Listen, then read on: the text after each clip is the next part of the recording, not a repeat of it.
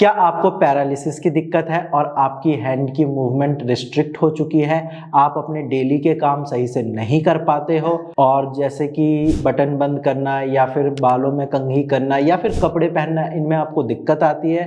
Hello and नमस्कार, मैं doctor Himanshu Parashar. आज इस वीडियो में आपको बताऊंगा कि आप अपनी हैंड मूवमेंट को वापस कैसे ला सकते हैं। ऐसी कौन सी एक्सरसाइज है जिसको अगर आप रेगुलर करते हैं तो आपकी जो स्टिफनेस है वो कम होगी, आपकी हैंड मूवमेंट, फिंगर मूवमेंट वापस आने लगेगी। तो चलिए वीडियो को स्टार्ट करते हैं। सबसे पहले मैं आपको ये बता देता हूँ कि पैरालिसिस अगर पेशेंट को लेफ्ट साइड की होती है तो वहाँ पे इम्प्रूवमेंट आने में टाइम लगता है, क्योंकि इंडिया में मोस्टली जो लोग होते हैं वो राइट हैंडेड होते हैं। तो अगर राइट साइड पैरालिसिस होती है फिर भी वो अपने राइट हैंड का यूज करते रहते हैं, लेकिन जब पैरालिसिस लेफ्ट साइड की होती है तो पेशेंट लेफ्ट साइड डोमिनेंट नहीं होता है और फिर वहाँ पे उनको लेफ्ट साइड की मूवमेंट करने में दिक्कत आती है और वो लेफ्ट हैंड का रेगुलर यूज भी नहीं करते हैं। तो अब चलिए वीडियो को स्टार्ट करते हैं। सबसे पहले आपको जॉइंट्स के बारे में पता होना चाहिए, क्योंकि अगर हम जॉइंट्स में इंप्रूवमेंट देंगे तो मूवमेंट अपने आप ही पेशेंट की सही होने लगेगी। तो आज हम 4 जॉइंट्स के बारे में बात करेंगे: शोल्डर जॉइंट्स, आपका एल्बो जॉइंट्स, रिस्ट जॉइंट्स और फिर फिंगर जॉइंट्स। आज मैं आपको इन चारों जॉइंट्स की एक्सरसाइज के बारे में बताऊंगा और इसको रेगुलर आपको अपने घर पे करना है, क्योंकि पैरालिसिस में अगर आप ये सोचते हैं कि सिर्फ दवाइयां खाकर ही सही हो जाएंगे तो ऐसा कभी नहीं होगा। डॉक्टर आपको फिजियोथेरेपी प्लस साथ में एक्सरसाइज करने की सलाह जरूर देते हैं और जितनी ज्यादा आप मेहनत करोगे अपनी बॉडी पे उतनी जल्दी आपकी रिकवरी होगी। अब हम बात करते हैं एक्सरसाइज के बारे में। तो शोल्डर जॉइंट के बारे में अगर हम बात करें तो शोल्डर जॉइंट को इम्प्रूव करने के लिए आप सबसे बेस्ट है, अगर मान लो आपको लेफ्ट साइड पैरालिसिस है तो आप लेफ्ट हैंड को ऊपर उठाइए जितना आप उठा सकते हैं। मान लो आपने यहाँ तक उठाया, कोई बात नहीं, उसके बाद फिर आप अपना राइट हैंड लीजिए, उसको ऐसे पकड़िए, ठीक है, और फिर इससे प्रेशर लगाइए, आप पीछे की तरफ इससे करिए, ऐसे करना है, ठीक है।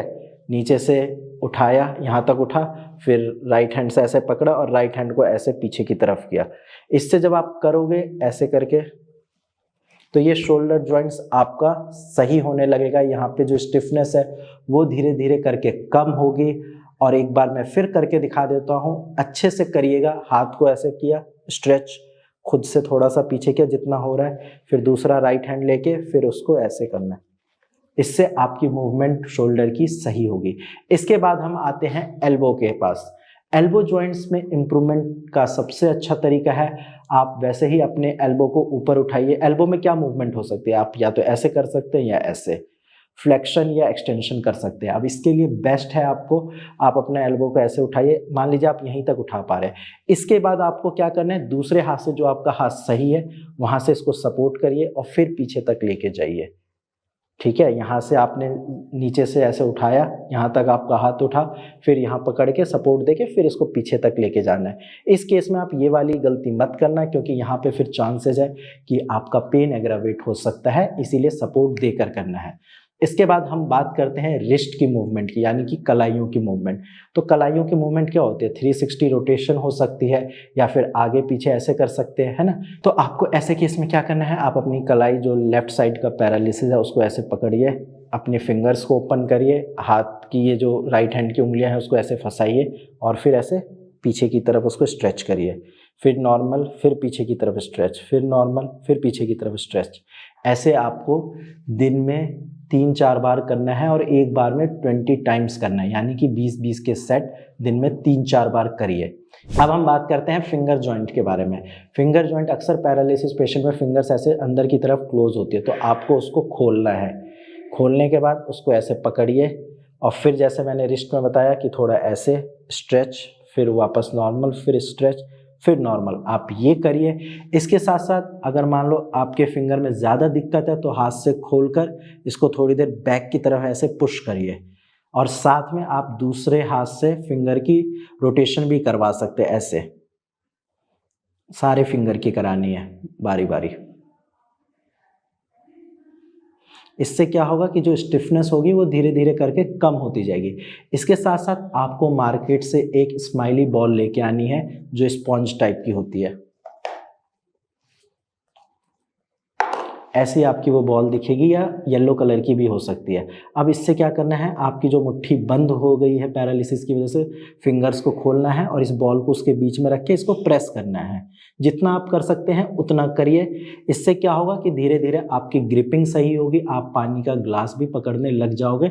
लेकिन ये रेगुलर करना है, दिन में 3-4 बार तो ज़रूर करना है और एक बार में 20 टाइम करना है, यानी कि 20-20 के सेट होने चाहिए दिन में 3-4 बार। एक टाइम के बाद आप देखोगे कि आप लेफ्ट हैंड से चीज़ों को पकड़ पा रहे हो। ये सारी एक्सरसाइज जो मैंने आपको बताई है, ये मैंने अपने ओपीडी पेशेंट को भी बताता हूँ जिनकी हैंड की मूवमेंट या फिंगर की मूवमेंट सही से नहीं हो पाती है, और आप यकीन मानिए 1.5-2 महीने में काफ़ी अच्छा रिजल्ट आया है। क्योंकि पैरालिसिस पेशेंट के साथ दिक्कत ये होती है कि वो दूसरों पे डिपेंडेंट रहते हैं और अक्सर इसकी वजह से वो डिमोटिवेट होते हैं, डिप्रेशन में जाते हैं, जीने की उम्मीद छोड़ देते हैं। बट आप अगर सही तरह से, जैसे मैंने एक्सरसाइज बताई है, वैसा करके आप अपना काम एटलीस्ट डेली का खुद से कर पाओगे। अगर आप इन सेट्स को, जो मैंने आपको एक्सरसाइज बताई है, दिन में 3 बार करिए और 20-20 के सेट करिए, और फिर 2 महीने के बाद आप चमत्कार देखेंगे। आपकी जो हैंड की मूवमेंट बिल्कुल ख़त्म हो गई है, एटलीस्ट आप अपना काम कर पाओगे। बाकी अगर आपको भी पैरालिसिस की दिक्कत है या आपके किसी रिलेटिव को ये दिक्कत है, तो नीचे दिए गए नंबर पे कॉल करके आप फ्री में कंसल्टेशन कर सकते हैं। आपका भी पैरालिसिस ठीक हो सकता है, पैरालिसिस के सिम्टम्स में इंप्रूवमेंट आ सकती है और आप भी अपनी लाइफ इंडिपेंडेंट जी सकते हैं। आज की वीडियो में इतना ही, धन्यवाद।